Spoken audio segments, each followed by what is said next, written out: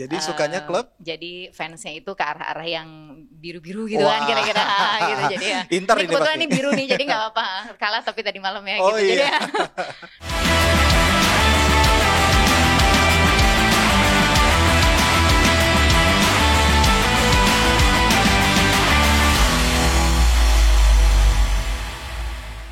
Halo Scorer, jumpa lagi dalam konten lirik. Kali ini masih bersama gue Resatnan. Namun gue nggak sendirian, ada tamu istimewa di sini yang hadir pada kesempatan kali ini. Jarang-jarang loh, ini waktunya lagi susah banget. Akhirnya dia bersedia untuk datang di acara kali ini gitu. Terima kasih banget. Kita kenalin dulu, ini ada Ratu Tissa Desria, Wapres AFF. Apa kabar? Baik Mas Rais. Aduh, apa kabar? baik. Aduh, terima kasih banget nih akhirnya mau datang ke sini. Sama-sama, di konten ini. sama-sama. Jadi di konten lirik ini kita ada campaign untuk menuju juara nih. Aku jelasin dulu konten ya. namanya lirik, bukan disuruh nyanyi ya ini Bukan, ya? bukan disuruh Gitu deh. nyanyi. Jadi nanti salah satu yang ingin kita angkat adalah terkait dengan women in sport. Kebetulan kan dirimu ini memang salah satu wanita yang bergelut di dunia olahraga gitu. Sudah banyak lah pengalaman bisa dibilang gitu. Jadi kita pengen ngulas sedikit tentang profil ataupun kegiatan sekarang nih. Oke. Mulai dari mana nih? Ini Kita mulai. kalau ngomongin bola bisa sampai subuh kan? Iya, Ya. betul banget. Jadi kita mulai dulu, kenapa sih sepak bola gitu yang dipilih? Kenapa jatuh cinta sama sepak bola gitu? Awalnya gimana? Ini sih memang sih ya, di beberapa kali kesempatan gitu. Bahkan ini juga pertanyaan yang seringkali masih ditanyakan gitu sama ibu saya. Gitu. Jadi kayak aduh, nak gitu, masih aja ngurusin bola gitu gitu misalnya. Udah ini itu karena dari dulu. Jadi sebenarnya awal mulanya itu saya nih ya fans sepak bola Indonesia biasa. Jadi fans sepak bola pada umumnya lah bisa dibilang. Jadi saya mulai dari sebagai seorang fans sepak bola, baik sepak bola Indonesia maupun secara umum lah ya, sepak bola dunia saat itu ya. Kalau di zaman saya kecil mungkin Liga Italia lebih terkenal daripada Premier League ya gitu kan. Jadi sukanya klub? Jadi fansnya itu ke arah-arah yang biru-biru gitu kan kira-kira gitu. Jadi ya. Inter ini kebetulan ini biru nih, jadi nggak apa-apa. Kalah tapi tadi malam ya gitu. Jadi ya. Jadi awal itu memang bermula sebagai fans sepak bola pada umumnya lah. Karena kan memang semua masyarakat Indonesia rata-rata suka bola, nonton bola. Ada ayah saya juga kebetulan sering sekali kalau ada timnas main atau yang klub main itu di akhir minggu atau di akhir pekan itu sering ngajak gitu untuk nonton gitu dari kecil. Kemudian bermula dari itu terus akhirnya pada saat SMP akhir ya menuju SMA itu saya sebenarnya menekuni satu olahraga tapi nggak kesampaian karena cedera gitu. Terus mulai apa olahraganya? Dulu main softball dulu. Softball? Iya. Wow. Dulu sempat join klub sangat serius waktu zaman SMP gitu. Tapi terus nggak kesampaian gitu. Wah panjang nih cerita yang overtrain dan lain-lain. Jarang nih ya saya ngebahas ini ya gitu. Dan setelah itu nggak lanjut main lagi gitu. Nah pas SMA tuh karena memang passionnya di olahraga gitu. Entah kenapa saat itu gabung sama teman-teman saya ngelihat nih banyak banget yang senang main bola tapi klub sepak bolanya mati saat itu di SMA 8. Jadi mulailah kita serius tuh ngebentuk 8FC gitu. Saat itu tahun awal-awal 2000-an yang mana klub sepak bola masih jarang yang punya website. Let alone saat itu klub sepak bolanya levelnya tuh cuman sebenarnya ekskul kan ya, ekskul SMA gitu. Tapi kita tuh ngelolanya tuh bener-bener serius sampai membuat 8fc.com, bikin stiker, bikin campaign, bikin segala macam gitu. Jadi bener-bener ngelolanya itu serius, layaknya memang ngelola klub sepak bola, cari pelatih.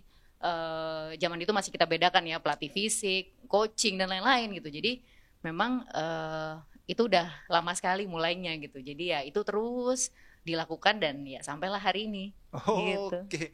Nah, sampai ke waktu itu di TB juga sampai seperti itu ya? Iya, jadi dari SMA lanjut di bangku kuliah, kemudian dari situ juga lanjut di tempat kerja juga. Jadi ibaratnya di setiap pelabuhan itu ya pasti ada ngurusin bolanya gitu. Nah akhirnya sampai pada satu titik ya ini memang harus ditekuni sebagai satu hal yang serius gitu.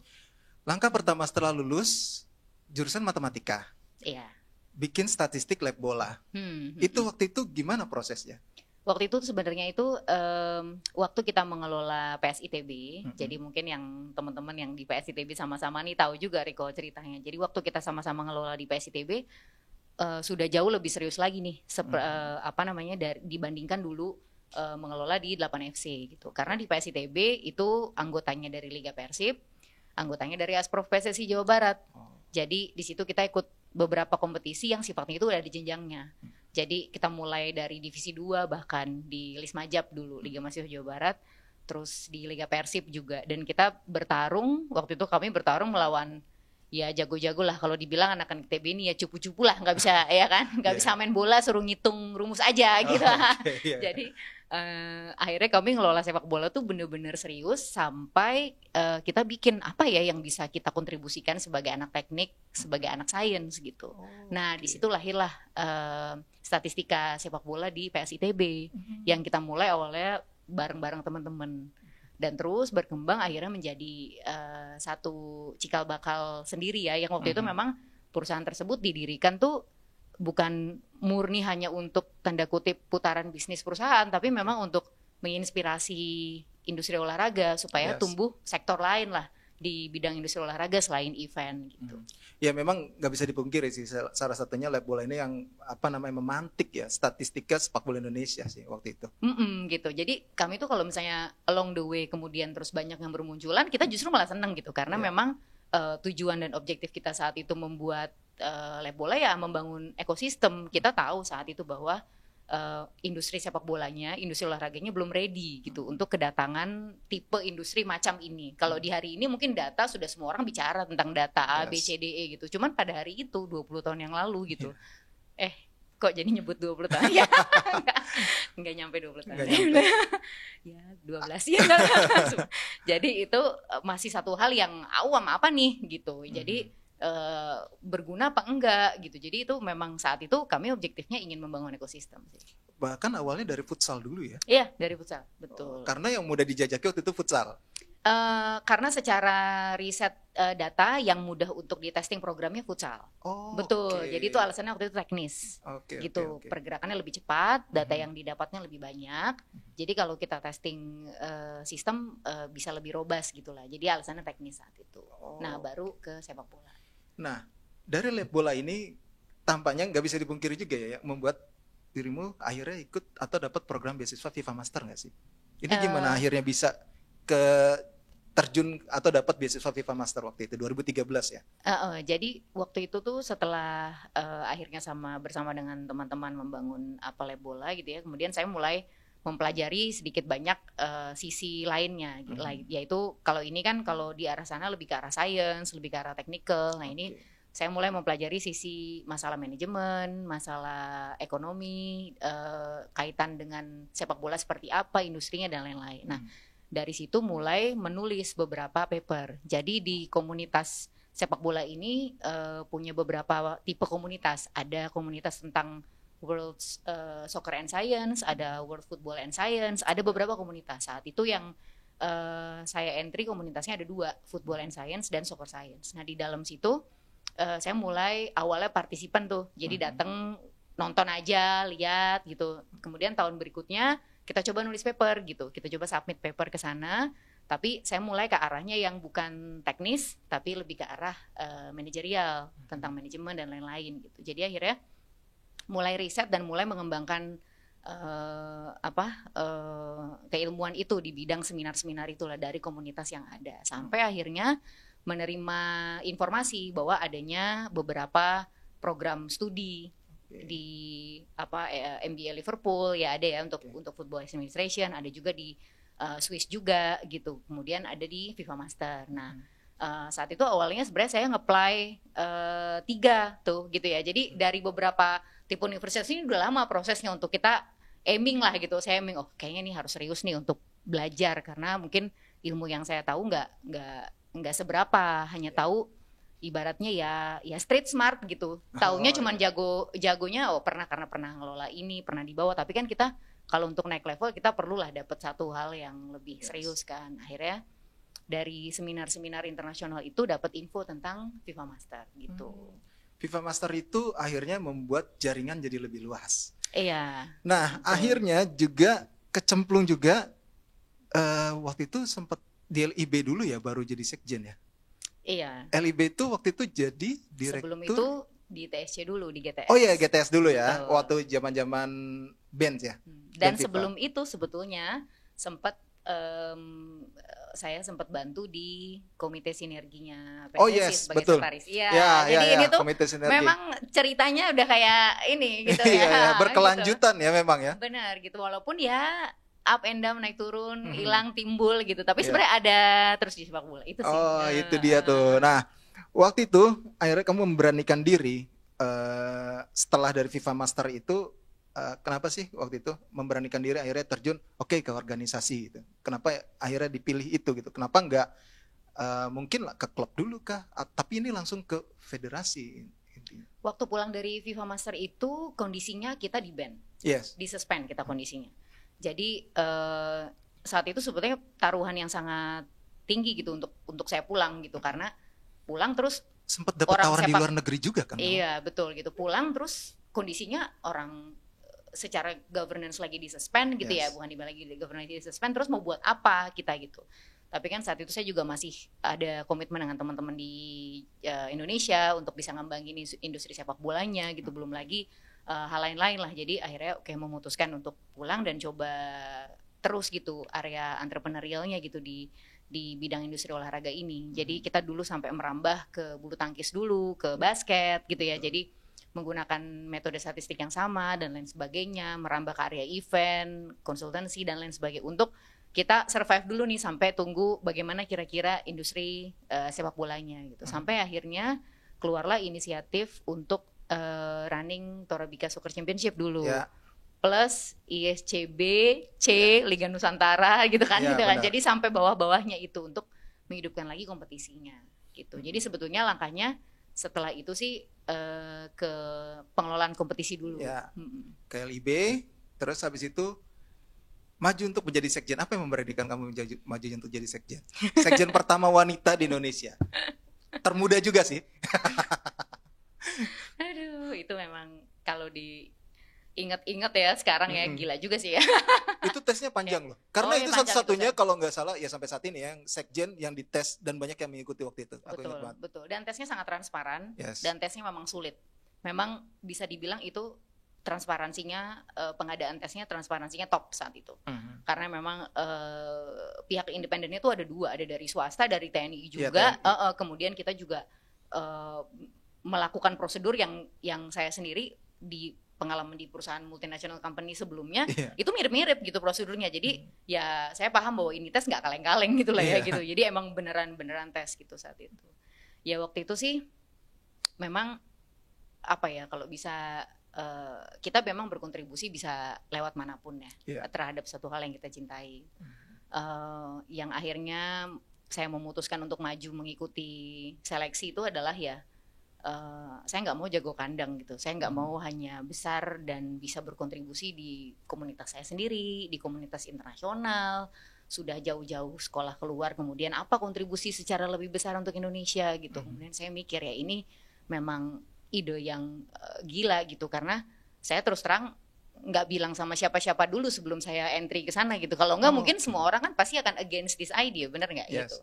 Sama seperti dulu ketika saya memutuskan untuk meninggalkan multinational company untuk ambil sekolah di FIFA gitu ya, yang industri olahraganya belum tentu jelas di Indonesia gitu. Ya saya go for it gitu, nggak minta izin siapa-siapa dulu karena saya yakin bahwa ini yang saya pilih ya saya yakin gitu. Nah ini juga sama kayak waktu itu ya, saya mikir ya di balik kemampuan yang besar terdapat tanggung jawab yang besar juga. Jadi kenapa nggak kita challenge lah diri kita sendiri untuk bisa memberikan sepenuhnya, kita lihatlah limit kita sampai mana gitu. Itu aja sih saat itu akhirnya saya putuskan untuk maju gitu ke tes seleksinya. Terpilih tapi bisa dibilang sangat menyita waktu. Itu gimana waktu itu membagi waktunya? Ini ya bisa dibilang nggak ada waktunya. Berat banget kan sebenarnya dibandingkan dengan ketika aku bekerja di multinational company gitu misalnya. Ini pasti waktunya lebih menyita, lebih bahkan ketika tidur pun mungkin bisa diganggu. Itu gimana waktu itu? Gimana perjuangan atau challenge yang dihadapi gitu? Toughnya untuk menghadapi itu semua tuh gimana waktu itu? Ya itu sih ini ya, karena memang banyak sekali yang harus dikerjakan gitu, banyak sekali yang harus dikerjakan, dan ketika kita tahu harus apa yang dikerjakan, ya kan ada yang maksudnya oke, kita kerja, kita drive, kita mimpin satu perusahaan atau satu organisasi gitu ya, mungkin udah ada ini pembagiannya yang dikerjain siapa gitu, cuman saat itu kondisinya nggak kayak gitu, kita harus build benar-benar gitu, kita harus lihat lagi sistem yang udah berjalan, yang relevan yang mana, yang tidak relevan yang mana gitu, karena saya ini bukan saya tuh nggak fans akan sesuatu hal yang mendelete satu histori gitu. Jadi saya harus pelajari pendahulu saya.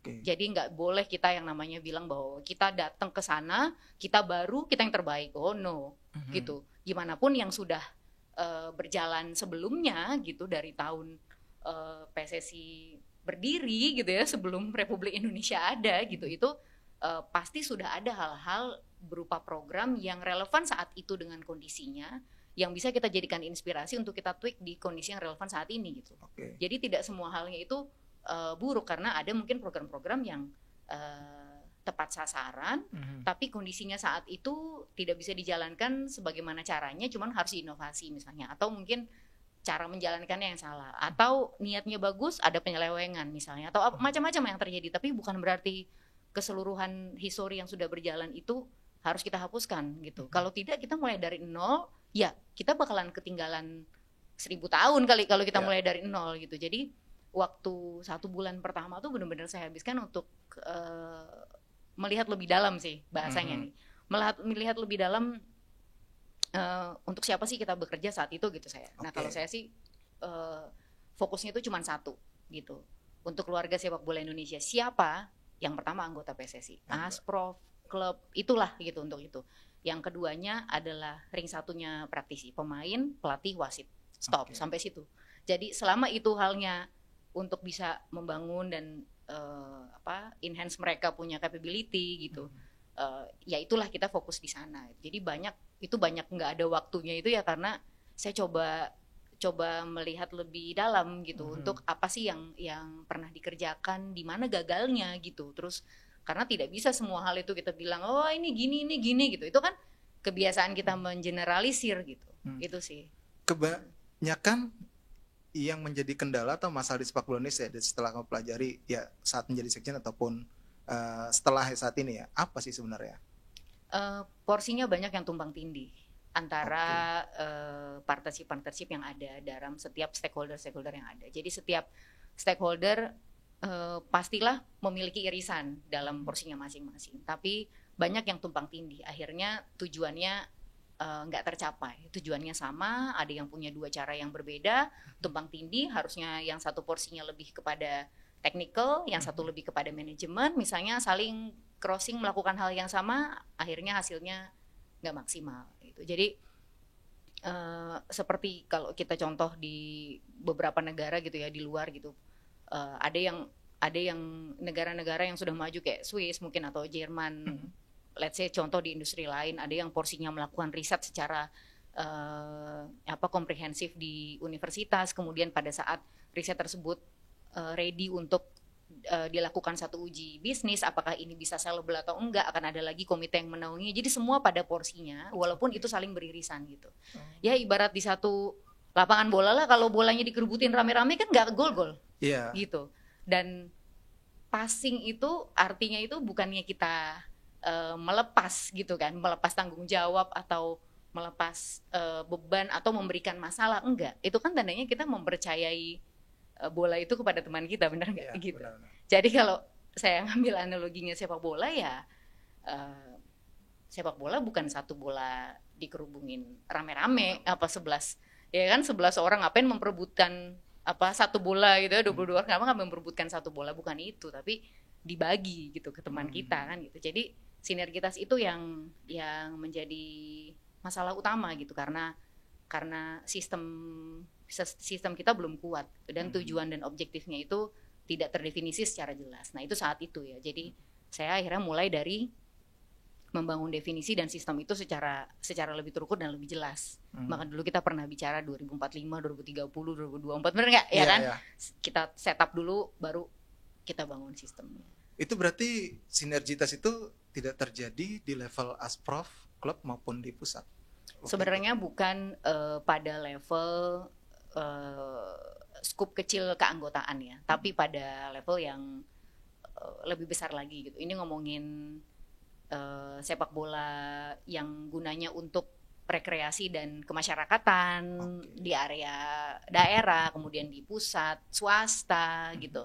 Ini bagian peran-peran masing-masing gitu ya. Semua stakeholder yang terjadi gitu. Pada akhirnya siapa mengelola apa, dikarenakan ada satu yang mungkin gemes gitu ya, udah harus maju, ya udah dia jalanin semuanya. Akhirnya kan kalau cuman satu orang doang yang main dari ujung belakang sampai ujung depan kan gimana kan, kita lawan negara yang besar pasti kalah gitu, ya kan. Analoginya kayak gitulah kira-kira.